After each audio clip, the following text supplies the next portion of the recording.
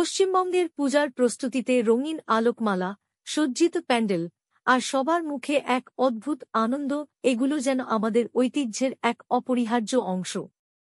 বছরের পর বছর কোটি কোটি টাকা ব্যয় হয়ে যায়, সময়ের পর সময়, শুধুমাত্র এই প্যান্ডেলগুলোর সাজসজ্জা এবং আয়োজনে। এগুলো দেখতে যতটা সুন্দর, ঠিক ততটাই প্রচুর সম্পদ নষ্ট হয় এখানে।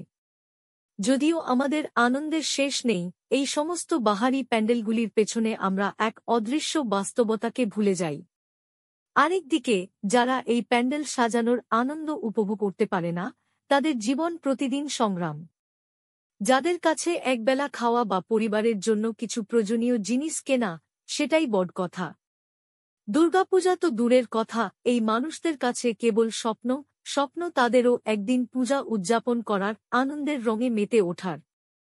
এই প্যান্ডেলগুলি আমাদের আনন্দের প্রতীক, কিন্তু এর পাশে লুকিয়ে আছে এক অদৃশ্য ক্ষোভ, সম্ভবত এক অঙ্গীকার, এক প্রশ্ন: আমরা কিভাবে এই আনন্দের মধ্যে আরেকটি পৃথিবীকে ভুলে যাই? সম্ভবত এই বছর আমাদের উচিত এই উৎসবে আমাদের সম্পদে কিছু ভাগাভাগি করা, যাতে যারা কিছুতেই অংশ নিতে পারে না, তারাও বুঝতে পারে যে দুর্গাপূজা শুধু একটা নয়, এটি একটি শেয়ার করার সময়।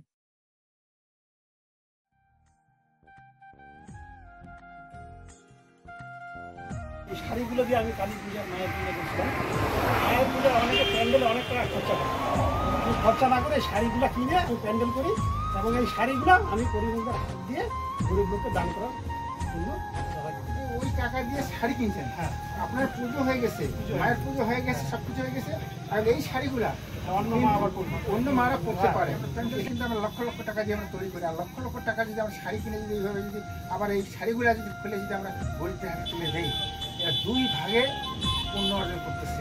এক পূজায় পুণ্য অর্জন করতেছে, আর এক গরিব করতেছে, সেখানে পুণ্য অর্জন করতেছে। পূজা দলগুলো মানে অনুরোধ করবো, ওরা যেন শাড়ি দিয়ে প্যান্ডেলে এত টাকা খরচা না করে শাড়ি দিয়ে পুজো করে, এই শাড়িগুলো আবার গরিব লোককে দান করে, এতে গরিব লোক এটা অনেকের অনেক খরচাও কম হবে।